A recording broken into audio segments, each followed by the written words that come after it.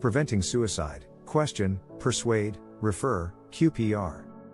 QPR, question, persuade, and refer, is a suicide prevention program designed to teach participants how to identify warning signs, intervene effectively, and connect individuals to resources that provide help.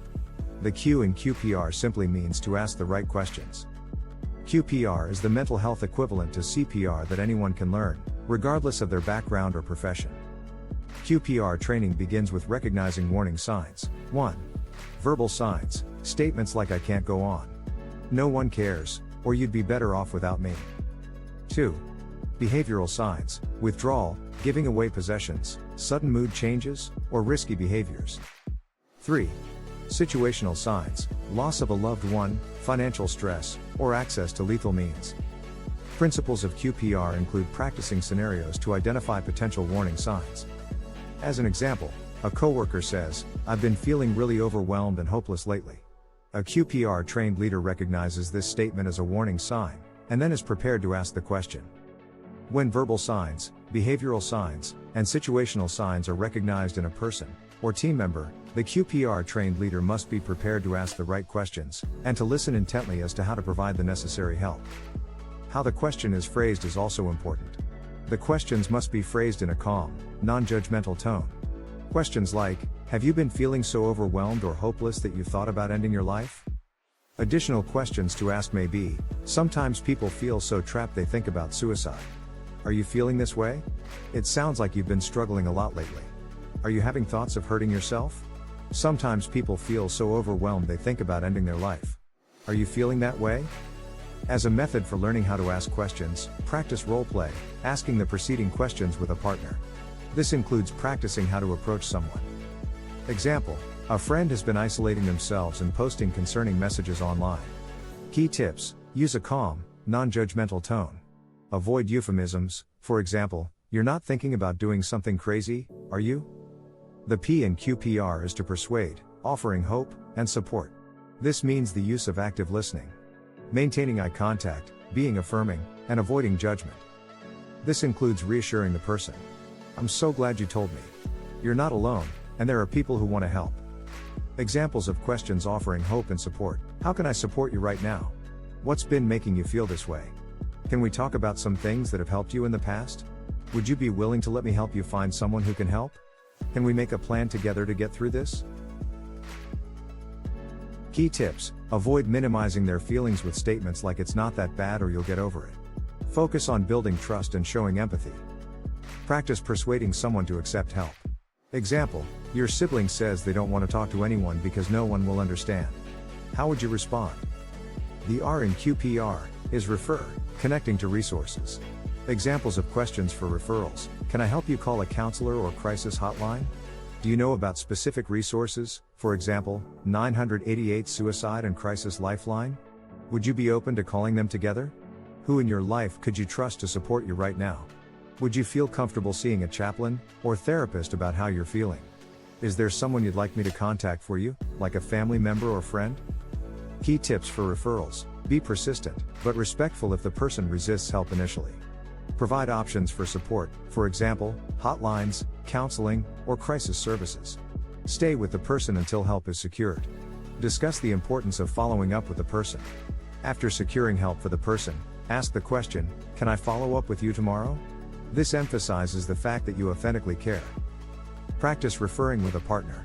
Acquire a list of local and national resources and practice referring someone.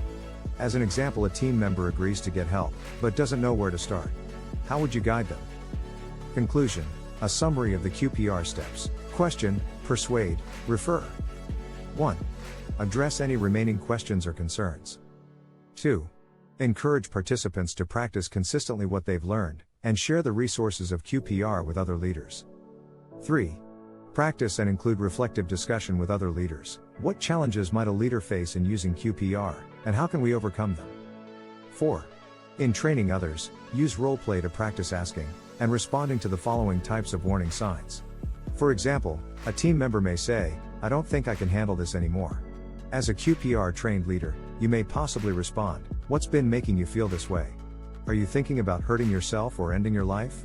Can we figure out a way to get you some support?" Scenario 2. A friend says, "I can't take this anymore." As a QPR trained leader, you ask, when you say you can't take this anymore, what do you mean? Are you feeling like life isn't worth living? Are you thinking about hurting yourself or ending your life? Scenario 3.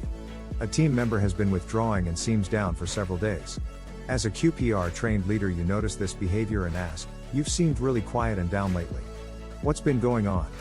Wait for a response, listening intently for how to respond. You may respond with the following: "Who do you trust to talk to about what you're going through? Let's talk about finding someone to help. Would you feel comfortable reaching out together?" The practice of these questions and scenarios aim to create open, empathetic, and supportive conversations that empowers a QPR trained leader to intervene effectively and potentially save lives. The hardest part of QPR is asking direct questions about suicidal thoughts. Practice is the key to becoming comfortable with asking the questions. Ask a question, save a life. Framing tips for effective questions: use open-ended questions to encourage conversation. Examples include questions like, "Can you help me understand what's been going on? A lot of people feel overwhelmed in situations like this. Are you feeling that way too?" Avoid judgmental or minimizing language.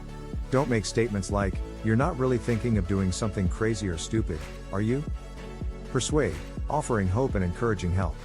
This step is about listening without judgment and guiding the person toward a hopeful mindset. Examples of questions for active listening and support include the following. A person may say, "I don't think anyone cares about me." A QPR trained leader may respond, "I care about you, and I'm here to listen. Can you tell me more about how and what you're feeling? What has made you feel this way? Can we talk about it together?" Encouragement and hopeful phrasing. A QPR trained leader reassures a person that help is available.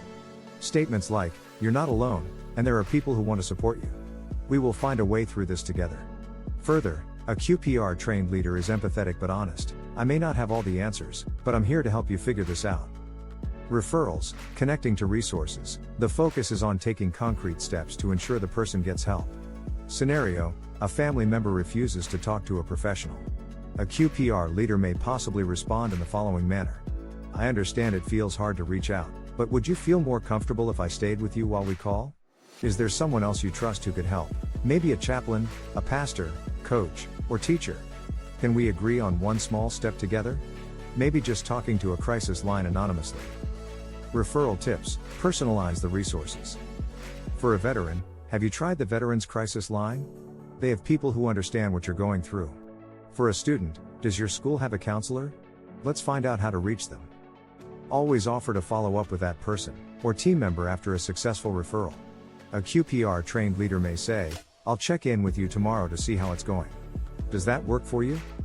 In QPR training, role-playing helps participants practice these techniques and recognize potential warning signs in those that they lead.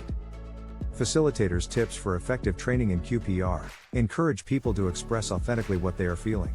Reinforce the importance of listening more than talking.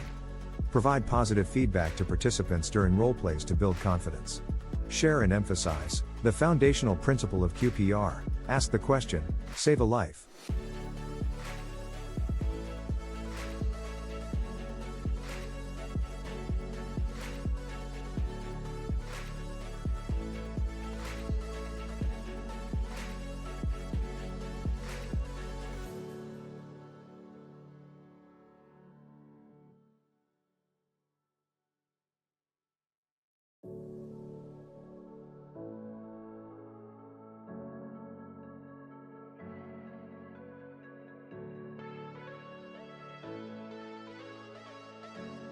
Preventing suicide. Question, persuade, refer, QPR.